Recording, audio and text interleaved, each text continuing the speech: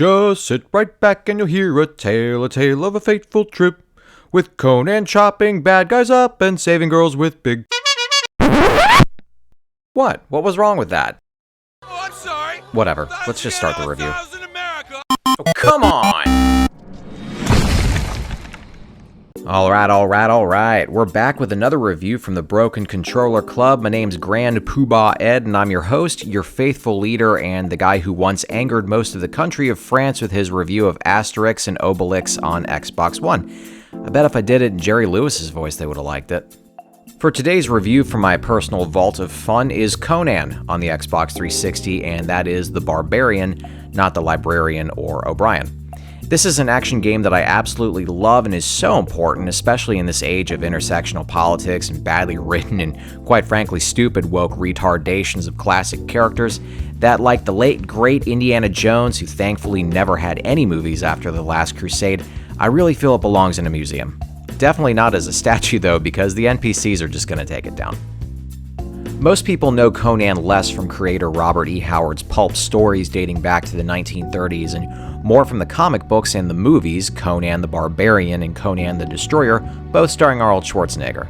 Apologies to Jason Momoa, but nobody gave a shit about your Conan movie in 2011. I bet half the people watching this didn't even know there was one. Conan's stories, and by extension this game, take place in the world of Hyboria. He's a barbarian who worships a deity named Crom, and he goes on a bunch of different adventures where he fights and looks for treasure and rescues and beds beautiful women, fun stuff like that. This game's story actually took inspiration from the Robert E. Howard Conan short story Queen of the Black Coast. In the game, Conan accidentally releases an evil wizard named Graven who not only wipes some of his memories, but also curses the land with something called the Black Death. Very different from the real one, so don't think this is trying to be historically accurate. And it scatters his armor that's now imbued with magic as well. Conan washes up on a beach and meets a warrior queen named Akana, and they work together to find Graven and end the curse. Released on Xbox 360 back in 2007, the game got average reviews, with critics liking the violence but saying it wasn't as good as God of War, and the graphics were kinda crappy. It has a lot of the same gameplay though, like you've got button press combos, quick time sequences, you're collecting runes instead of orbs, and there's big bosses to fight too.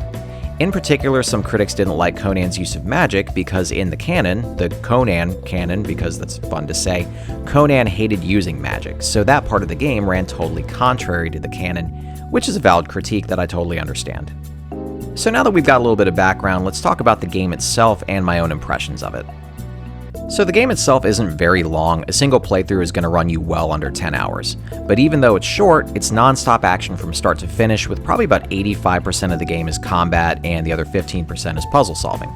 Also, I'm using the word puzzle lightly here because it's mostly just pushing things over or turning some levers. It's a linear game and you basically just go from point A to point B, killing everything you encounter. You also do some light exploring where you can find treasure chests that give runes, and mostly naked chicks to rescue who also give you runes and offer other things that probably won't give you runes but will be fun at first and eventually send you to the doctor after you notice a discharge. There are also pots scattered in each level that have green runes that give health back and blue runes that refill magic. I like that Conan's way of emptying these is to drink whatever's in the green rune pots. Kind of looks like wine or something, and then he just smashes it on the ground, and for the blue, he just punches the pot and breaks it, and all the runes come out then. The combat's all combo based, and as I said a moment ago, you gain XP in the form of red runes. You spend these on new attacks, and then using those attacks enough times masters them, and you get more runes from that also. Conan has a few other tricks up his... well, he has no sleeves, so I guess it's his loincloth, and that's kind of gross. Anyways, he's also got a sort of rage bar that builds up with repeated attacks. When it fills up completely, he activates the Song of Death, where you get a bunch of health back and all your attacks are faster and more powerful and your weapons glow red. You also get to use magic with each piece of your armor you get back. There's 4 spells you'll get as you progress through the game. The most useful one is called Stone Prison, and basically it turns any enemy you direct the magic at to stone. This is extremely useful when fighting enemies with shields, or if you're surrounded by fast enemies like lions who whittle away your health really quickly. I'd group a bunch of enemies up together, turn them to stone, and then hit them until they all break apart. It's probably too overpowered, but then they're bad guys, so, I'm fine with it. The enemies range from your basic pirates and soldiers to soldiers that have got armor on, and then there's lions, soldiers with spike shields, and these big gorilla-looking guys with really wiggly arms that do this move that looks like they're dancing, and then you have to wait for them to finish their little dance before you can hit them in the face. Most of your enemies are easy, but in large groups, even the easy ones become a giant pain in the ass to kill because your attacks can all get interrupted. Sometimes it makes more sense to start your combo before you even get to the enemy so that you can make sure you connect with finishers, which by coincidence are the ones that sever heads and legs and arms. And speaking of the violence, this game is bloody. It's got that over-the-top violence that you'd see in 1980s action movies, and it fits perfectly in here. You'll chop off heads, lop off arms, you'll cut off legs so the guy's gonna be hopping around like the Black Knight, and every enemy you kill, regardless of dismemberment, will flop around from the ragdoll physics. Even the lions and big gorilla guys do. It's hilarious to see them reduced to this wiggly stump just flopping around. The bosses are pretty big in this, and you'll fight things like a giant squid, huge warriors and sorceresses, and a dragon. They all have multiple phases as well, and they usually end up with having to do a quick time sequence to kill them. These aren't really that hard though, the timing is pretty forgiving, and even playing it casually, I didn't miss any of the button presses in this playthrough. The boss kills are hilariously graphic as you can expect as well. I've read complaints about the graphics, but even in 2021, I think they're still adequate. I mean, it's not anything super detailed or anything, but they get the job done. Conan will fight through beaches, pirate ships, cities, and caves as he gets his armor back and hunts down Graven. The scale in this doesn't hold a candle to God of War though, so you're not going to see anything like Kronos or Atlas, but then this game didn't really try to be that either. It's got similar gameplay, but this is a much more grounded story that's just about stopping a curse.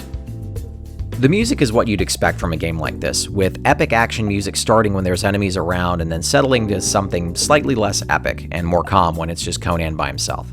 I think the voice acting is really great though, and it easily stands out over anything else to a point that it elevates the rest of the game. Claudia Black does the voice of Akana, and if you don't know her by name, you're going to know her as the voice of Chloe from the Uncharted series.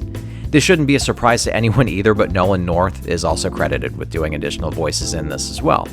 The biggest standout though is Ron Perlman as Conan himself, and honestly, even if you don't like playing the game, you're gonna love listening to every line that he delivers and every insult he says as he kills enemies. Here's a few of what I consider to be his greatest hits in this. I'll cleave your skull to the teeth. You're scratched like a child. One less dog in the streets. Stop, or you'll die where you stand. I'll do as I please, woman. I am Conan. I serve no man. Perhaps you would serve a woman then. Service her. Aye, and gladly. At the end of the day, I still really enjoy playing Conan. It's like watching a B movie back when they'd run those on Friday and Saturday nights on cable TV. The game is fun, and I've always felt that all its blemishes just gave it more character. Conan himself is an anti-hero who comes off as a jerk because he's confident, he's direct, he uses his strength to get what he wants, and he doesn't take orders from anybody, especially women. He is the strongest guy in the room at any given time. Games, movies, and comics with characters like Conan are made with less frequency each year, so if you get the chance to pick this up on the Xbox store since it's now backwards compatible, I recommend you do it. At $20 it's a little steep, but it goes on sale occasionally and wouldn't do any harm to add to your wish list, so you'll know when it's cheaper. And that's all I've got for today's look back. Thanks for watching, and we'll do this again soon. Congratulations! You're one of an elite few to make it to the end of the video. Reward yourself by hitting the round subscribe button in the middle, and then check out the other goodies I've got and the links next to it.